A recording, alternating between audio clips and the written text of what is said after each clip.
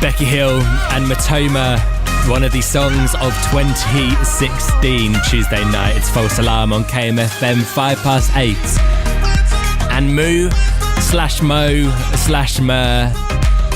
is one of the most exciting artists around right now with her single Final Song, her new single Drum, her collaboration with Major Lazer on Lean On, which was the most streamed song on Spotify ever until Drake came along, and most recently Cold Water. So obviously she's got a lot to chat about, and she is chatting on the show this evening. KMFM. Can we have a final answer on this? I'm sure you get this all the time, but on the station, we've been calling you Moo because the record label told us Moo, but then we're hearing everywhere Mo. Yeah, so I mean, the thing is, in Danish you would say Mø, and I think Mø is like the way to say that outside of Denmark, but everybody's saying Mo, and so therefore I think we should just stick to Mo, actually. Okay, so is that the definitive answer? Yeah, I think it is, yeah. Okay, perfect. So on the hit list on KMFM this evening, I am joined by Mo. Hello. Yes. How are you? I'm very good, thanks. Perfect. Let's talk music first, because you had I was amazed to see about your sort of massively punk background. Loads of singles that I can't say on radio because the titles are a little bit too... naughty, yes. not too great for radio. I know. When did you decide to make the transition from kind of like punk icon to pop star? I think the thing is, so before I got into punk and activism and all that, I was super into pop. So for me, actually, the love for pop has always been within me, but I still also have the love for alternative and punk and stuff. So I think just at some point when I turned 20 or something, I realized that it's okay to have the love for both kind of genres, even though they're very contradicting. Yeah, they're very different. But what's the biggest difference then you found when you've been performing punk? When you're playing the gigs live, what's the biggest difference in the crowds when you're at a punk gig and when you're at a pop gig? So the thing is, I actually think I perform pretty similar to how I performed when I was in the punk band.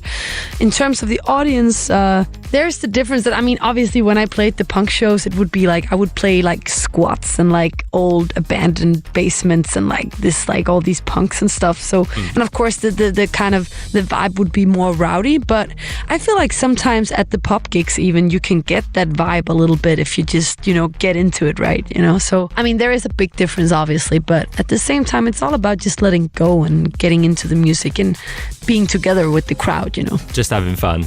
I suppose with pop as well, you can kind of reach a bit of a bigger audience because I suppose a lot more people. Well, the track Lean On must have helped in your rise massively as well. It did help. I cannot lie. 1.5 billion views the last time I checked, insane. Which is crazy. How does that feel to even begin to comprehend? Yeah, but you know what? The thing is, when people ask me about that, I'm like, I don't even know, because it's just so crazy. It's so crazy. Also because, again, since I was like a little kid, I've always dreamed about being a musician and like touring the world and stuff, and like then to have a massive hit like that is just so surrealistic, you know, so surreal. It was but it's amazing. Well, it was the most streamed song on Spotify ever until recently when Drake took over with One Dance only the other day. So what do you have to say to Drake about that? You know what? It's fair. Those things are fair. You can't really be obsessed about it. Yeah, but then if you've got another single, you can just take on Drake with that anyway. You always have a second chance, man. Exactly, and a third and a fourth, so you can just keep going back between the two before you make a collaboration, and then at the end of the day, then you'll just take over completely. KMFM.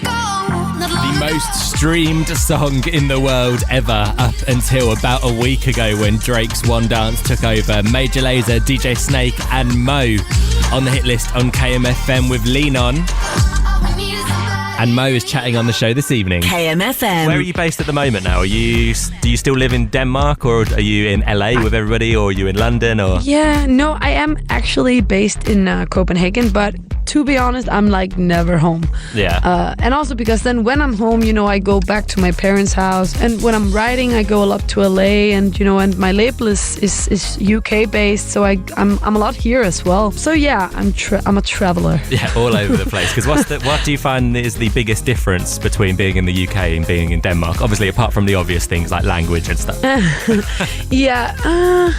mean, I don't know. I mean, I think what I really like about the UK is that there's there's a different kind of energy, you know. People have this like, you know, like an energy that's really uplifting. Like, you know, if you rub them right, you'll have the best party ever, you know. And it's I really like that. Yeah, well, that's nice of you to say about us. I mean, I mean it. I always thought I was very. What did you think? Like, That's going right onto my CV.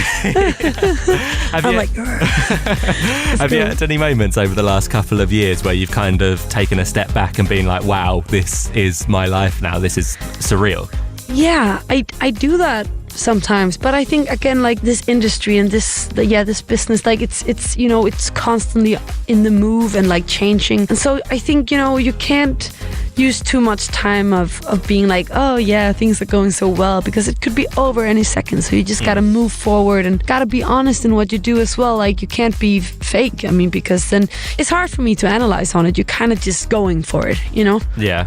But yeah, I do sometimes sit and like, whoa, I can't believe this is my life. But you can't think too much about it. No. I think. Let's talk about your new single, Drum. It's available now, co-written by Charlie XCX. What's she like to work with? She's super fun, super relaxed, super cool, and so good at what she do, you know, and just she feels so confident, like in her songwriting, and that makes you confident. So it's really nice. When you are writing, is there a particular place where you found that you write your best stuff? Like if you're back in Copenhagen, or maybe if you're in a studio in London, has there ever been somewhere where every time you go back there, you think you write something even better? Yeah, I mean, I think the good songwriting can actually happen anywhere in the world, or anywhere actually. But I would say this, that like when I go home to my parents and sit on my old my old bedroom, I feel very inspired for some reason. I don't know why. But also the best songs are those who just come super quickly. So how long did it take you to write the lyrics for Lean On? Lean On, I mean, actually, again, the what do you say, the foundation of the lyrics and the melodies were written it was like late in the night, and I had just gotten home from a show.